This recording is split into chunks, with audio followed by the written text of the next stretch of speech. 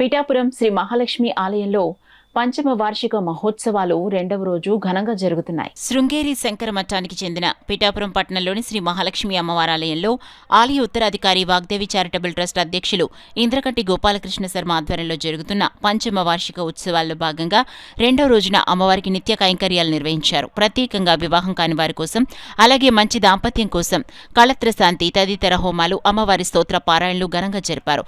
భక్తులు అమ్మవారిని దర్శించి పూజా కార్యక్రమాల్లో పాల్గొన్నారు. ఈ సందర్భంగా ఆలయ ఉత్తరాధికారి ఇంద్రగంటి గోపాలకృష్ణ శర్మ మీడియాతో మాట్లాడారు. శృంగేరి శంకరమఠం శ్రీ మహాలక్ష్మి అమ్మవారి ఆలయంలో పంచమ వార్షిక మహోత్సవములు వైభవంగా ప్రారంభమై రెండవ రోజుకు చేరుకున్నాయి. ఈ రోజు ఉదయాన్నే అమ్మవారికి అభిషేకం, అర్చామూర్తికి అభిషేకం చేయడం జరిగింది. అదేవిధంగా సహస్రనామార్చన, లక్ష్మీ సహస్రనామాలని అర్చన చేయడం జరిగింది. సహస్ర సంఖ్యాకంగా శ్రీ సూక్తాలను పారాయణ చేస్తూ ఉన్నారు. అలాగే సంపూర్ణ యజుర్వేద పారాయణ కూడా చేయడం జరుగుతూ ఉంది. లక్ష్మీ మూలమంత్ర అనుష్ఠానాలు, శ్రీ సూక్త పారాయణ ఇవన్నీ జరుగుతున్నాయి. నవావరణార్చన ఇవన్నీ కూడా.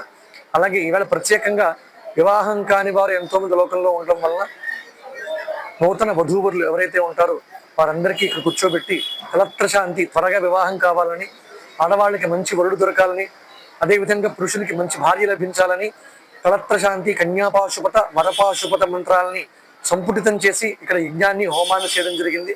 ఈ హోమంలో అనేక మంది వధూవరులు పాల్గొనడం కూడా జరిగింది.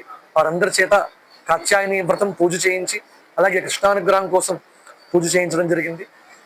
రేపటి రోజున అక్షయ తృతీయను పురస్కరించుకొని అమ్మవారి ఆవిర్భావం, ఇక్కడ ప్రతిష్టాపన కార్యక్రమం అంతా కూడా ఆ అక్షయ తృతీయ నాడు జరిగింది కనుక ఆ రోజున ఒక 108 లీటర్ల పాలతోటి